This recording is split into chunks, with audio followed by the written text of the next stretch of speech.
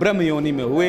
ब्रह्म योनि में हुए बाबा विश्वनाथ के यहाँ काशी में गए, जिसको आज बनारस के नाम से जाना जाता है। वहीं पे गए, वहाँ पे 12 वर्षों तक तपस्या की। तपस्या पूर्ण होने के पश्चात, हाँ, इस पोखरे में बहुत बड़ी बड़ी मछलियाँ हैं जो बहुत पहले की हैं। कई माने 100 साल पुरानी मछलियाँ हैं इसमें।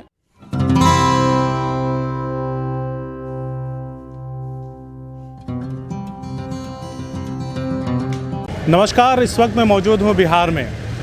बिहार में चुनावी सरगर्मियाँ तेज हो गई हैं।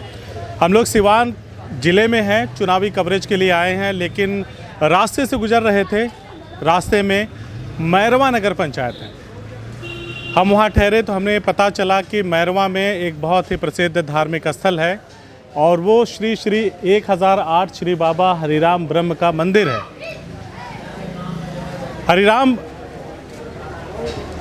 ब्रह्म मंदिर अपने आप में सुविख्यात है पूरे देश में। यहाँ पर ऐसी मान्यता है कि भूत प्रेत की बाधा से मुक्ति मिलती है इंसानों को।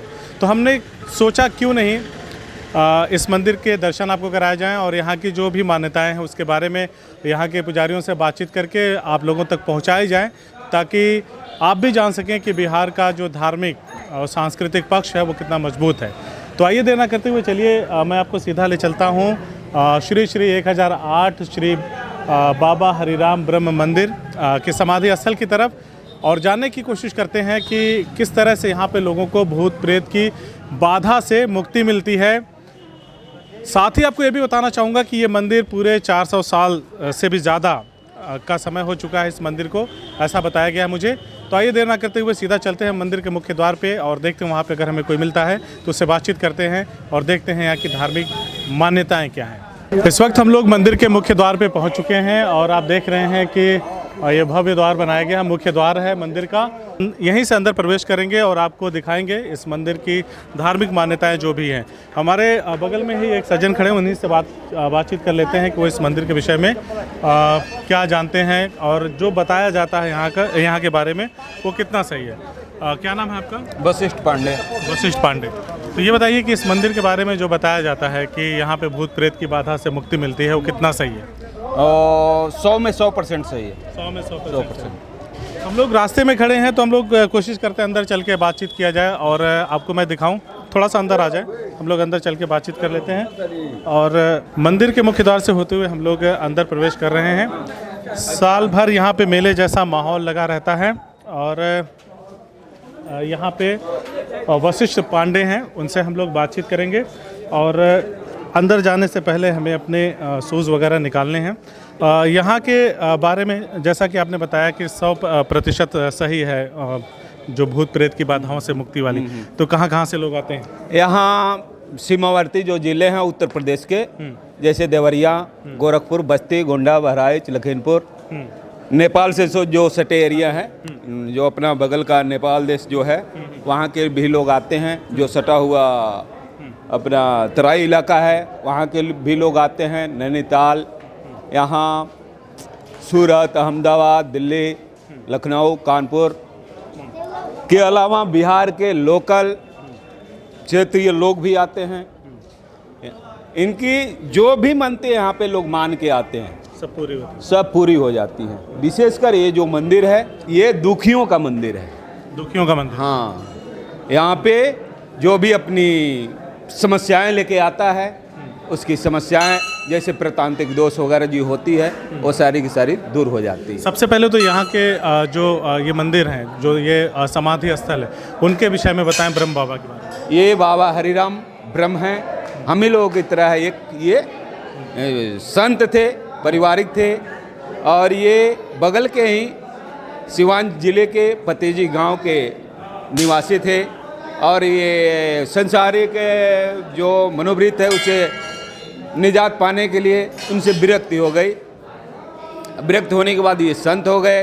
संत होने के पश्चात कहीं तपस्या वगैरह भी उन्होंने किया? हाँ, कहीं तपस्या वगैरह भी किया? यहीं पे आके संत हो गए मैरवा में। और यहाँ पे जहाँ मंदिर स्थित है यहाँ पे बहुत बड़ा भारी जंगल था जो झरई नदी के किनारे है। झरई नदी के किनारे है। अच्छा। यहीं पे आके इस जंगल में बाबा अपनी तपस्या करते थे और एक भैंस रखे थे, एक कुत्ता रखे थे। जो कुत्ता रखवाली किया करता था भैंस का, वो दूध पिया करते थे, और जो मिल जाता था वे खा लेते थे, बाकी अपना तपस्या करते थे। यहाँ का राजतंत्र था जिसके राजा कनक शाही थे। और जब ये जंगल में उनके सिपाही जो बिहार करने के लिए आए तो देखे कि एक बहुत बड़ी भैंस है जो बहुत सुंदर है, और एक कुत्ता भी है। देख के उनको लालच आया, ये राजा के सिपाहियों को ये बात जाके सिपाहियों ने राजा से बताई कि महाराज जंगल में एक साधु हैं, उनके पास एक भैंस है जो राज दरबार लायक है।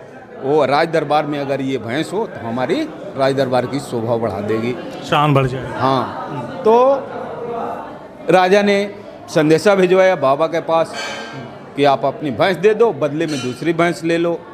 बाबा ने मना कर दिया। बाबा अक्सर कहीं आया जाया करते थे, तो इनके सिपाहियों ने आया और भैंस को लेके चले गए। बाबा कुछ दिनों के बाद आए तो देखे कि भैंस नहीं है। तो कुत्ते के मार्गदर्शन के अनुसार बाबा राज दरबार को गए। वहाँ जाने पे अपनी भैंस की मांग किए, लेकिन राजा ने मना कर दिया, और भैंस के कारण ही ये अन्न त्याग कर अनशन कर दिए। 21 दिन अनशन करने के पश्चात इन्होंने अपना प्राण त्याग दिया। प्राण त्याग, उस भैंस के मुंह में उन्होंने अन्न जल त्याग दिया। हाँ, भैंस के मुंह में ही उन्होंने अपना अन्न जल त्याग दिया। उसके बाद ये यहाँ पे क्या मृत्यु को प्राप्त हो गए। मृत्यु को संत थे ही, और संत थे तो ब्रह्म योनि में हुए। ब्रह्म योनि में हुए बाबा विश्वनाथ के यहाँ काशी में गए, जिसको आज बनारस के नाम से जाना जाता है। वहीं पे गए, वहाँ पे 12 वर्षों तक तपस्या की। तपस्या पूर्ण होने के पश्चात बाबा से आशीर्वाद मिलने के पश्चात वे यहाँ आए और राजा का विनाश किया। अच्छा, उनके जन्म के बारे में कुछ किसी अभिलेख में अंकित हो, पता चल सके स्पष्ट कि हाँ कब उनका जन्म हुआ या इस मंदिर का स्थापना कब हुई? ये कहावतें तो ऐसी होती हैं जो कि बाबा हरिराम का उपनयन संस्कार जो है वो महाकवि तुलसी ने करवाया था, तुलसीदास ने। कोई प्रमाणिक इसका हाँ प्रमाण है। एक पुस्तक है जिसको ब्रह्म रामायण के नाम से जाना जाता है, उसी में इसका प्रमाण मिलता है, उसमें लिखा हुआ है। हाँ, ये उनके पिता का नाम तो ये तो बगल के ही सिवान जिले के फतेजी गांव के निवासी हैं, यही इनका जन्म स्थान था। अच्छा, ये बताइए कि ये मुझे बताया गया, मैंने कुछ लोगों से बातचीत किया तो वो भी दुबे परिवार के थे, और बाबा भी दुबे परिवार। बाबा तुलसीदास भी दुबे परिवार के थे और बाबा भी दुबे परिवार के थे, और बहुत सारे संतों के साथ, बहुत बड़े आचार्यों के साथ बाबा का उपनयन संस्कार हुआ। और सुनने में ऐसा भी आता है कि भक्त शिरोमणि तुलसीदास ने इनके बाबा के विषय में एक घोषणा, जिसको कहते हैं घोषणा, भी किया था कि ये बालक बहुत तेजस्वी होगा, भविष्यवाणी जैसा। हाँ, और पूजनीय भी होगा। थोड़ा सा हम लोग अंदर चल लेते हैं, समाधि स्थल को भी देख लेते हैं और ये देख लेते हैं कि पूजा किस तरह से होती है यहाँ पे। तो राहुल से कहूँगा कि एक बार अपने कैमरे समाधि स्थल की तरफ दिखाएं। और यहाँ पे की समाधि स्थल है, ये बाबा का, इसी पे दूध चढ़ता है। बाबा को दूध प्रिय है, दूध प्रिय है बाबा, क्योंकि बाबा ने दूध के लिए ही जान दी थी, भैंस से दूध निकलता है। हाँ, इसलिए बाबा को दूध ही प्रिय है। दूध पहले सब लोग बाबा को दूध ही चढ़ाते हैं, उसके बाद मेवा, मिश्री, मीठा, फल, फ्रूट, जो भी कहाँ जो भी आप चढ़ा सकें। दर्शन करने लोग कहाँ कहाँ से आते हैं? दर्शन करने यहाँ बहुत दूर दूर से लोग आते हैं। जैसे अपना तटवर्ती, सीमावर्ती, हम बिहार के में ये मंदिर है, सिवान जिले के मैरवा में है ये मंदिर। और यहाँ के जो भी सटे इलाके हैं, जो भी तटवर्ती इलाके हैं, जैसे बगल के सरजोपार, बलिया, गाजीपुर, आजमगढ़, जौनपुर, तो वहाँ से लोग आते हैं। वहाँ से लोग फैजाबाद, अयोध्या, बहराइच, बस्ती, गोरखपुर, देवरिया, बलिया, लखीमपुर, सारी जगहों से लोग आते हैं। आपका नाम क्या हुआ? हमारा नाम गोविंद कुमार पांडे पड़ता है। गोविंद कुमार पांडे, तो आप भी यहाँ पे पुजारी हैं? जी, हम। अच्छा, ये बात बताइए, ये जो भूत प्रेत बाधा वाली जो दिक्कत है, उससे छुटकारा के लिए लोग आते हैं, वाकई में उनको मुक्ति मिलती है? वाकई में वास्तविक बात है। बाबा हरिराम ब्रह्म, हाँ, अच्छा, यहाँ पे भी ऐसा ही कुछ हो रहा है? हम लोग आए हैं बहराइच से बहराइच से आए हैं? जी।